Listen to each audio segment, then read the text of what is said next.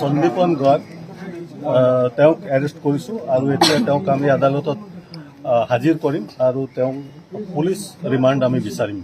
Sir কিমান দিনৰ remand বিচাৰিব? বাকীসকলক 14 দিনৰ বিচৰা হৈছে। আমি তেওঁকো 14 দিনে বিচাৰিম। অসমীয়া আছে তেওঁলোক অহাৰ বা তেওঁলোকৰ কিবা কাৰণ মুখ্যমন্ত্ৰী তেওঁলোকক ইতিমধ্যে নিৰ্দেশ দিছিলে, গতিকে কেতিয়ালৈ আহিব?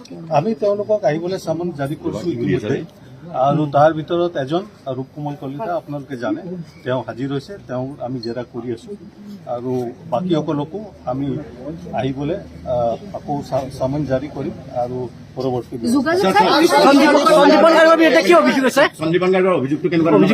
মই মাত্ৰ এইটোৱে ক'ম যে তেওঁক আমি গ্ৰেপ্তাৰ কৰিছোঁ, এইটো তদন্ত চলি আছে, ইয়াতকৈ বেছি মই মন্তব্য কৰিব নোৱাৰোঁ। ছাৰ তেওঁলোকে যোগাযোগ কৰিছে নেকি প্ৰবাসী অসমীয়া বাকী কেইজনে? তেওঁলোকৰ লগত যোগাযোগ কিছুমান চলি আছে আৰু যিহেতু তেওঁলোক বিদেশত আছে, গতিকে বিদেশৰ এটা কিছুমান বিশেষ প্ৰক্ৰিয়াৰ থাকে, সেই প্ৰক্ৰিয়াৰ মাজেৰে আমি তেওঁলোকৰ লগত কমিউনিকেশ্যন কৰিছোঁ আৰু মই আশা কৰোঁ তেওঁলোকো ইনভেষ্টিগেশ্যনত জইন কৰিম। ছাৰ অসম আৰক্ষীৰ দলটো ছিংগাপুৰলৈ যাব নেকি? কাৰণ ছিংগাপুৰলৈ যোৱাটো অত্যন্ত যিহেতু প্ৰয়োজন চাৰ্জশ্বীট পুৰা দাখিল কৰিবলৈ শক্তিশালী ৰূপত। ছিংগাপুৰত তদন্ত কৰাৰ এটা বিশেষ প্ৰক্ৰিয়া আছে, সেইটো ভাৰত আৰু ছিংগাপুৰৰ মিউচুৱেল লিগেল ট্ৰিটিৰ অধীনতহে হ'ব।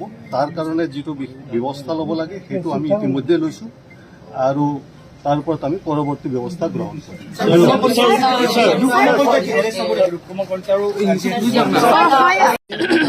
সন্দীপন গড় তেওঁক এৰেষ্ট কৰিছোঁ আৰু এতিয়া তেওঁক আমি আদালতত হাজিৰ কৰিম আৰু তেওঁক পুলিচ ৰিমাণ্ড আমি বিচাৰিম।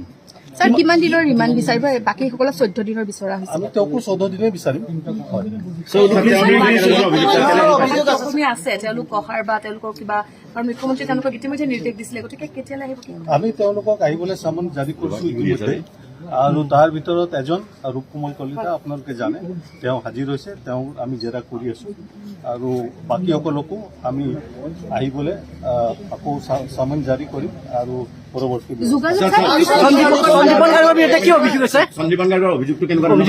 মই মাত্ৰ এইটোৱে ক'ম যে তেওঁক আমি গ্ৰেপ্তাৰ কৰিছোঁ, এইটো তদন্ত চলি আছে, ইয়াতকৈ বেছি মই মন্তব্য কৰিব নোৱাৰোঁ। ছাৰ তেওঁলোকে যোগাযোগ কৰিছে নেকি প্ৰবাসী অসমীয়া বাকী কেইজনে? তেওঁলোকৰ লগত যোগাযোগ কিছুমান চলি আছে আৰু যিহেতু তেওঁলোক বিদেশত আছে, গতিকে বিদেশৰ এটা কিছুমান বিশেষ প্ৰক্ৰিয়াৰ থাকে, সেই প্ৰক্ৰিয়াৰ মাজেৰে আমি তেওঁলোকৰ লগত কমিউনিকেশ্যন কৰিছোঁ আৰু মই আশা কৰোঁ তেওঁলোকো ইনভেষ্টিগেশ্যনত জইন কৰিম। ছাৰ অসম আৰক্ষীৰ দলটো ছিংগাপুৰলৈ যাব নেকি? কাৰণ ছিংগাপুৰলৈ যোৱাটো অত্যন্ত যিহেতু প্ৰয়োজন চাৰ্জশ্বীট পুৰা দাখিল কৰিবলৈ শক্তিশালী ৰূপত।